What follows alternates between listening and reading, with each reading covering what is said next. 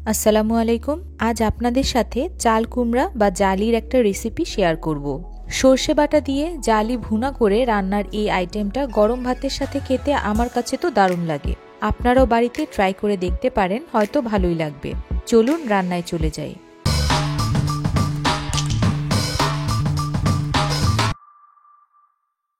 আজ আমি এখানে প্রায় 1 কেজি সাইজের একটা চাল কুমড়া বা জালি এইভাবে টুকরা করে নিয়েছি।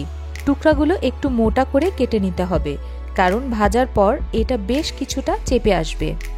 মশলা মাখানোর সুবিধার জন্য একটা মিক্সিং বোলে জালের টুকরাগুলো নিয়ে নিচ্ছি। 1 চা চামচ হলুদ গুঁড়া এবং পরিমাণ মতো লবণ দিয়ে জালির টুকরাগুলো খুব ভালোভাবে মেখে নেব।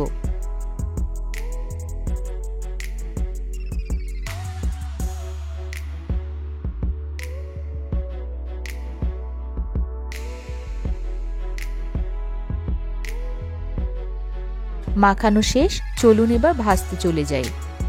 একটি ফ্রাইং প্যানে আমি পরিমাণ মতো তেল নিয়ে নিচ্ছি। এবার হলুদ লবণ মাখানো জালির টুকরাগুলো দিয়ে দিব এবং অল্প আঁচে দুপাশ কিছুটা বাদামি করে ভেজে নিব। অবশ্যই এটাকে ঢেকে ভাজতে হবে, তা না হলে ভাজার সময় দুপাশ বেশি ব্রাউন হয়ে যেতে পারে আর ভেতরে কাঁচা থেকে যেতে পারে।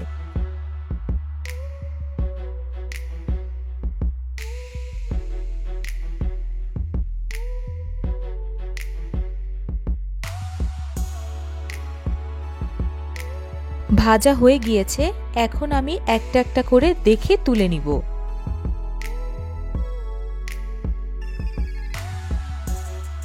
এবার একই প্যানে আরও সামান্য কিছু তেল অ্যাড করে 1 কাপ পেঁয়াজ কুচি দিয়ে দিচ্ছি।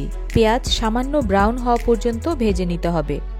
পেঁয়াজগুলো যখন সামান্য ব্রাউন হতে শুরু করবে তখন সামান্য পানি অ্যাড করে মশলা অ্যাড করব।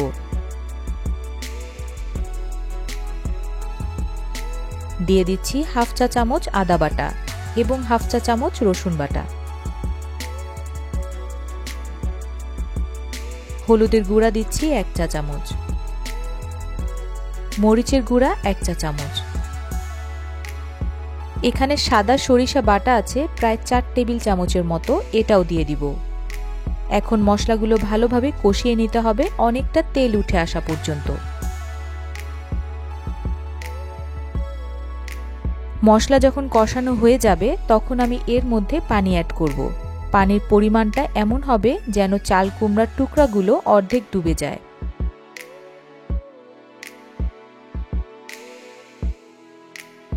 আর পানি দেয়া হয়ে গেলে আমি এর মধ্যে পরিমাণ মতো লবণ দিয়ে দিচ্ছি, যেটা আগে দিতে ভুলে গিয়েছিলাম। ভালোভাবে মিশিয়ে এখন আমি এর মধ্যে ভাজা চাল কুমড়ার টুকরাগুলো দিয়ে দিব। চাল কুমড়ার টুকরাগুলো দেয়া হয়ে গেলে চুলার আঁচ মিডিয়াম আর লো এর মাঝামাঝি নিয়ে এসে ঢাকা দিয়ে রান্না করব প্রায় 1 মিনিট।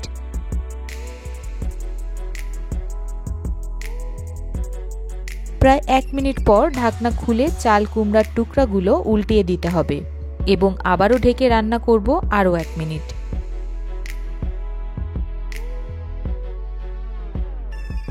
ফিরে এলাম আরও 1 মিনিট পর। এরই মধ্যে আমার চাল কুমড়াগুলো কিন্তু খুব ভালোভাবে সেদ্ধ হয়ে গিয়েছে। এই অবস্থায় আমি এর মধ্যে কিছু কাঁচামরিচ দিয়ে দিব ফ্লেভারের জন্য এবং চুলার আঁচ মিডিয়ামে নিয়ে এসে অপেক্ষা করব এর ঝোলগুলো পুরো শুকিয়ে ভুনা ভুনা হয়ে আসা পর্যন্ত। মিনিট 2-এর মধ্যে প্যানের ঝোল বেশ কমে গিয়েছে এবং ভুনা ভুনা হয়ে এসেছে, অর্থাৎ আমার রান্নাটা শেষ। খুব সহজেই চাল কুমড়া বা জালি দিয়ে তৈরি হয়ে গেল মজার একটা খাবার। অনেকেই হয়তো রান্নাটা আগে থেকেই জানেন, আর যারা জানেন না তারা অবশ্যই একবার ট্রাই করে দেখবেন, আশা করি হতাশ হবেন না। আবার আপনাদের সাথে দেখা হবে পরবর্তী রেসিপিতে। সে পর্যন্ত ভালো থাকবেন, ধন্যবাদ।